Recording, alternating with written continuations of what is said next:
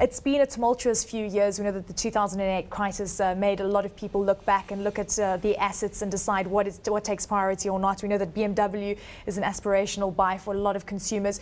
Take us through some of the numbers that we're seeing today and whether we have seen a significant recovery since 2008. Yeah, certainly. We are smiling a bit. We have seen a recovery, even if we are still not back to the numbers in South Africa where we have been in 2006.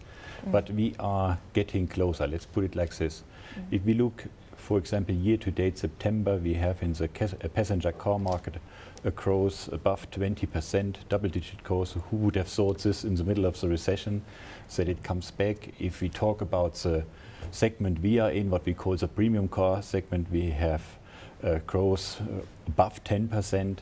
So that are all figures which are showing the right direction if everything economically stays as it is.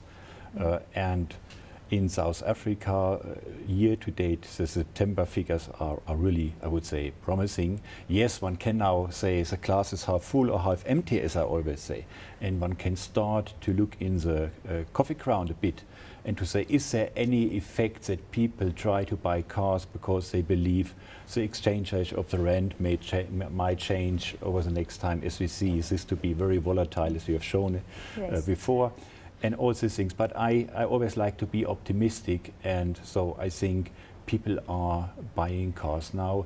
They have stopped a bit during the crisis. They have delayed their new car purchase, but we seem to be back at a more normal route. Talking for BMW, it's definitely the case, and all the patterns, people finance their cars over 3 years, over 4 years. We do not see anything extending this financial lease, for example. It's interesting because you mentioned the local currency. We know that changes dramatically for the importation of cars, and in fact it suits the consumer as well. Have you seen a significant impact on the pricing power that you have, given the fact that the local currency has been stronger than normal for the year 2011? Excluding the weakness that we've seen recently, of course. No, certainly the consumer had an advantage. The prices were quite stable over this time, so that what everybody enjoyed. And so you passed on the we did not pass on. We did not increase. We did not increase prices, so we kept it quite stable over the time.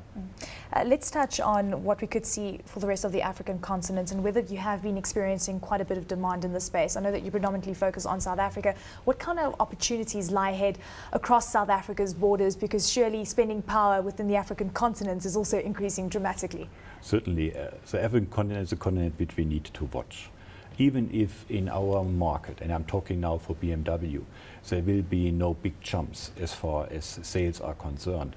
But countries like Angola, Zambia, the Ivory Coast, and so on, one needs to watch. I mean, we are present, and we will increase our presence over there. We have just started from South Africa to develop business relationships into these countries, to support our importers in these countries, and to increase our business.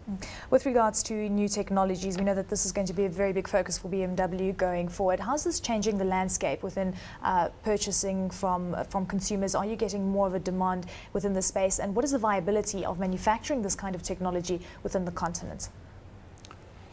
We export 80% of our cars here, which we build in our plant in Rosslyn. So we built the BMW 3 Series sedan here, and it needs to be the same car as we build it in Germany or anywhere else in the world. It's a challenge. We have some challenges in South Africa when it comes to skills, when it comes to the supplier management, but we have demonstrated since a long time, we have our plant since 1974, that we are able to cope with it. And we have announced a 2.2 billion investment during the crisis, in the middle of the recession, which we touched on at the beginning.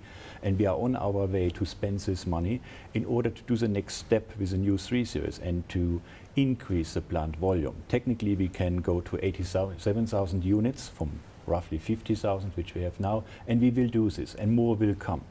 We always on the outlook to bring new technology in. So we have started to build the X-Drive BMW 3 Series at Rosslyn recently. We have started to export CKD parts and so on. We use every opportunity to make this plant more sustainable, volume-wise and from a technology.